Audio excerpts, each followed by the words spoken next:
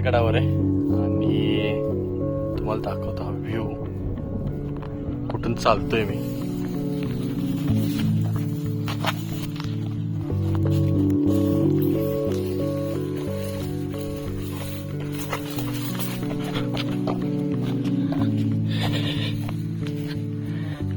हा मधुगड आहे, पुढे मधुगड आहे, साईडला चकदेव पर्वत,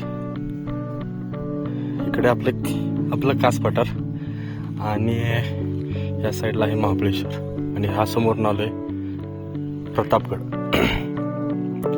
पुढे अजून बघायचं म्हटलं तर ह्या साईडला रसाळगड आहे, सुमारगड आहे आणि हा महिमानगड आहे ह्या साईडला.